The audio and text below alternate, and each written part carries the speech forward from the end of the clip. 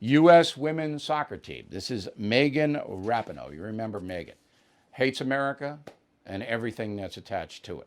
My opinion, could be wrong, never met her, but from what I've seen and read of her, her own words, hates this country. Anyway, the U.S. women's team has now told the United States Soccer Federation that they do not want to stand during the national anthem, so they have to revoke the policy. The U.S. Soccer Federation has a policy, you'll stand during the national anthem. No. U.S. women's soccer goes, we're not going to do it. Yeah, we don't want that. The Purge. NFL. Now, this is going to be an enormous problem. So, let's start with Colin Kaepernick. Now, he's a hero now. All right, so Kaepernick's a hero. If you read his tweets, what he said about the protests, he's clearly comfortable with violence. There's no two sides to that. Colin Kaepernick is comfortable with violent protests. Okay. So now Kaepernick's a big hero because he started the knee business in the NFL and lost his job. And I don't think that was right. If there were a team that needed a quarterback and they didn't sign him because he was kneeling down, I don't think that's right. I mean, I would have had a talk with him and said, look, there's a time and place to protest. And we don't want the team torn apart because of your political belief system. So now Roger Goodell, the NFL commissioner, who was interested in one thing and one thing only, and that's money. That's what he's interested in. He says, oh, we were wrong about Colin Kaepernick. Oh. So what are you going to do now? Football season's going to get underway. You're going to play the national anthem and have nobody stand up for it? Team's going to be divided?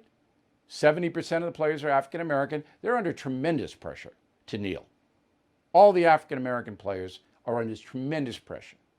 They don't kneel, their Uncle Tom, whatever it may be. So the whites and the blacks are going to be at each other's throats because some white players are going to want to stand. And the fans in the stand are going to see this. You can imagine what this is going to be. And it's going to keep this racial animus going all throughout the fall. I'm going to predict they're not going to have the national anthem. They'll play it 20 minutes before the game when the players are in the locker room. Virus update, bad day yesterday, June 8th. Cases up 200 in Georgia, still 624 new cases, up from 428. It's under control. Texas up 500 in one day. June 8th, 1,378. You got to keep your eye on Texas. Record number of coronavirus hospitalizations on Monday, yesterday. I don't know what's going on down there, but virus is not subsiding in Texas. It is here in New York.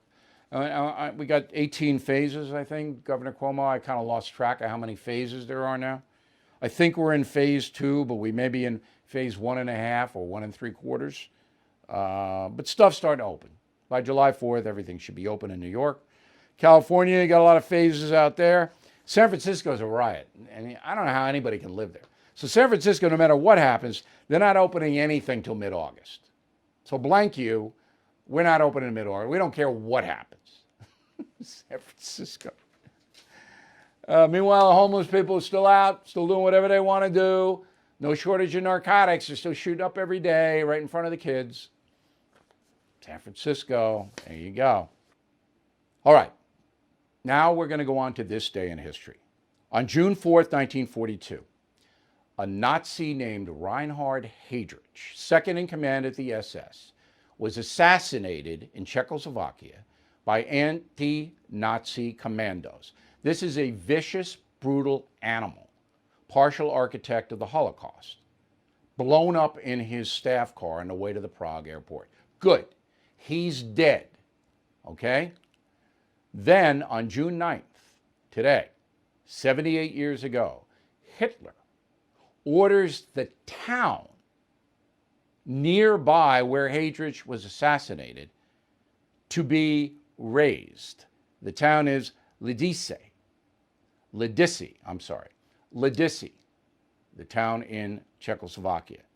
So the Nazis move in, the SS move in.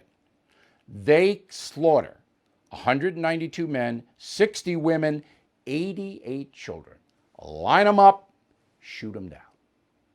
As a warning to anybody who would attack a Nazi. Just so you know how bad these totalitarian. I write about this in Killing the SS. It's a book I hope you all will read. 78 years ago, the massacre in Lidice. All right, we're going to have a great mail segment, but first this.